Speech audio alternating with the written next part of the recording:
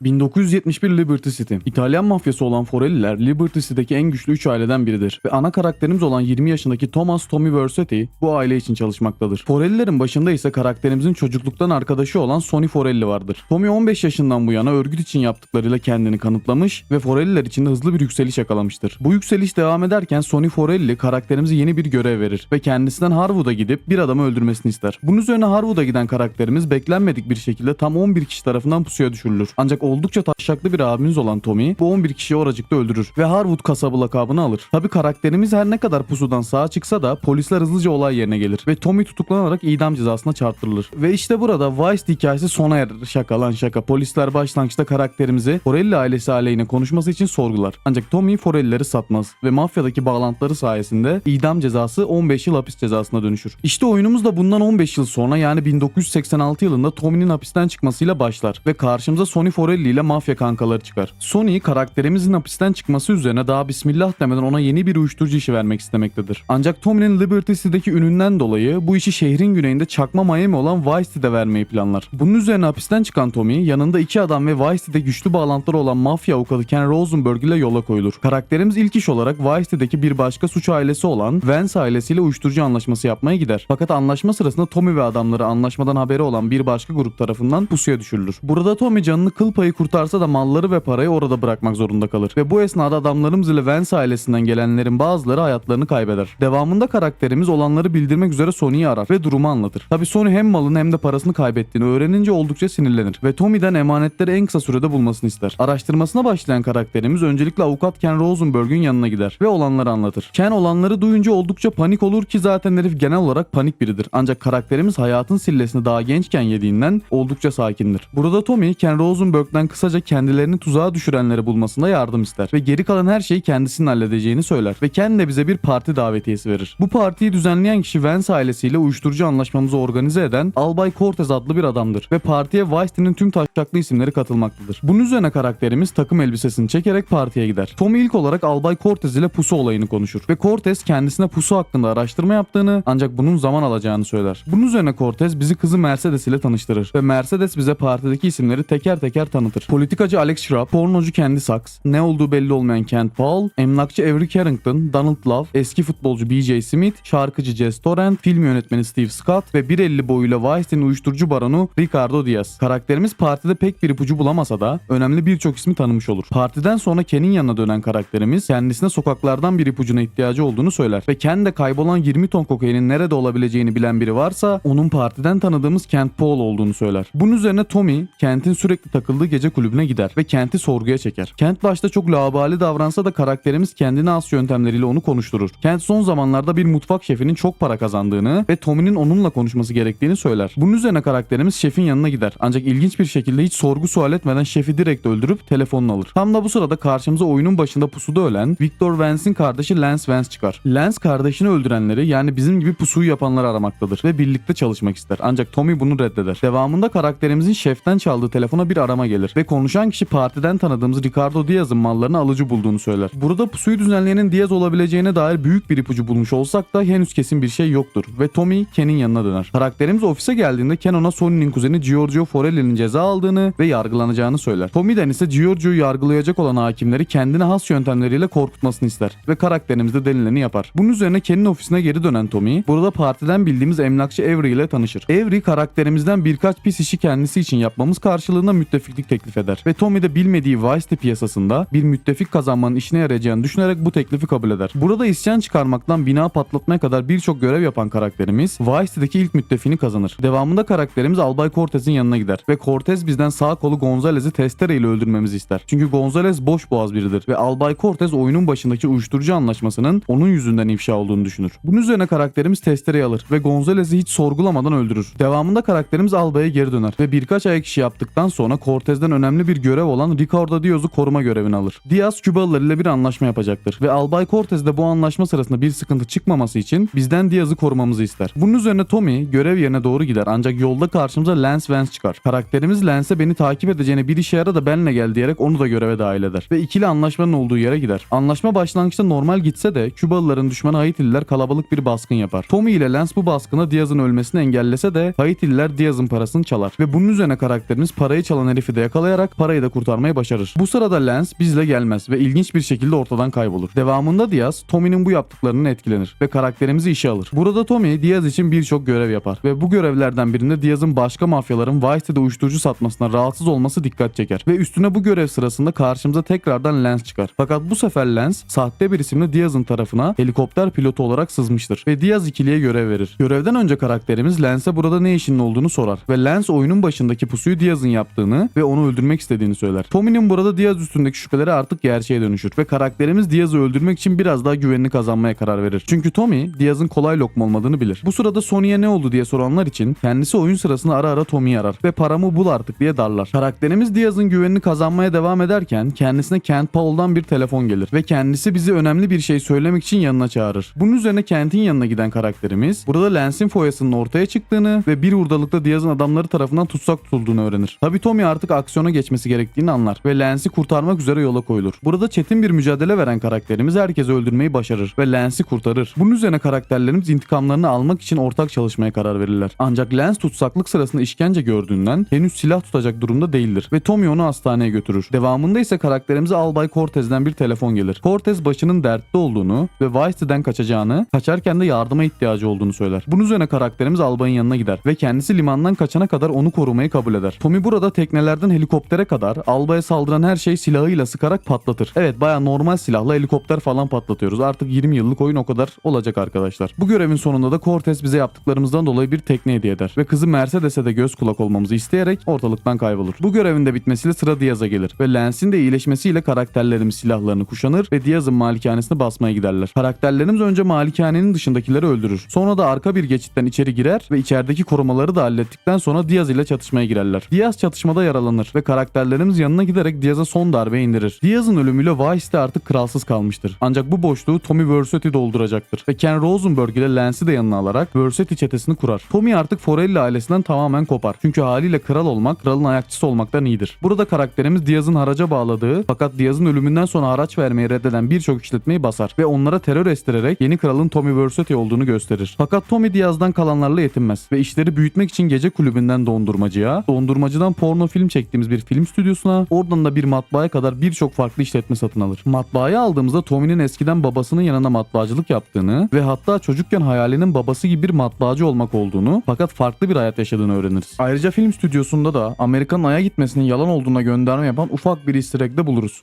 Bu da dipnot olsun. Bu işletmeleri aldıktan sonra şehirdeki nüfuzunu da arttırmak isteyen Tommy burada birçok işe girer. Emlakçı Avery Carrington karakterimizden bir çete savaşı çıkarmasını ister. Çünkü çete savaşı demek arazilerin değerinin düşmesi demektir. Tommy Kübalılar ile Haitililer arasında ikili oynar ve şehirde bir çete savaşı çıkararak Avery'nin arazilerini ucuza almasını sağlar. Devamında ise uyuşturucudan silaha, silahtan şarkıya kadar birçok farklı işe giren karakterimiz gücüne güç, servetine servet katar. Fakat Lance Tommy'nin birinci adam olmasına rahatsızdır ve karakterimizi kıskanır. Tabi tüm bu yaşananlardan Sonny de rahatsızdır. Sonuçta herif hem parasını kaybeder hem de altında çalışan adam artık onun gibi bir mafyaya dönüşmüştür. Bu yüzden Sonny kaybettiği parasını geri almak için birkaç adamı Vice City'ye yollar ve Tommy'nin işletmelerini basarak çalışanlarına dahil saldırır. Tabi bunu duyan Tommy durmaz ve Sonny'nin tüm adamlarını temizler. Bunun üzerine karakterimiz Sonny'ye parasını vermeye karar verir. Ancak sahte para basarak Sonny'yi kandırmayı planlamaktadır. Karakterimiz kendinden 3 milyon dolarlık sahte para hazırlamasını, Lance'ten de adamları toplayıp hazır olmasını ister. Ve her şey hallolduktan sonra karakterlerimiz Sonny ile buluşmaya gider. Burada Sonny ile Tommy biraz eski günleri konuşup biraz da atıştıktan sonra karakterimiz beklenmedik bir şekilde Lance tarafından ihanete uğrar. Lance Sonny'ye paraların sahte olduğunu söylemiştir ve hırsları ile Tommy'ye olan kıskançlığından dolayı taraf değiştirerek Tony'nin yanına geçer. Bunun üzerine silahlı bir çatışma çıkar ve Tommy önce Lance'i sonra da Sonny'yi öldürerek rakiplerini yok eder. Artık kuzey yoktur. Tüm olay güneyde yani Vice City'dedir ve bu şehrin mutlak hakimi de Ken Rosenberg ile Tommy Vercetti olmuştur. Hikayemiz de burada Ken ile Tommy'nin omuz omuza zaferlerini kutlamasıyla sona erer.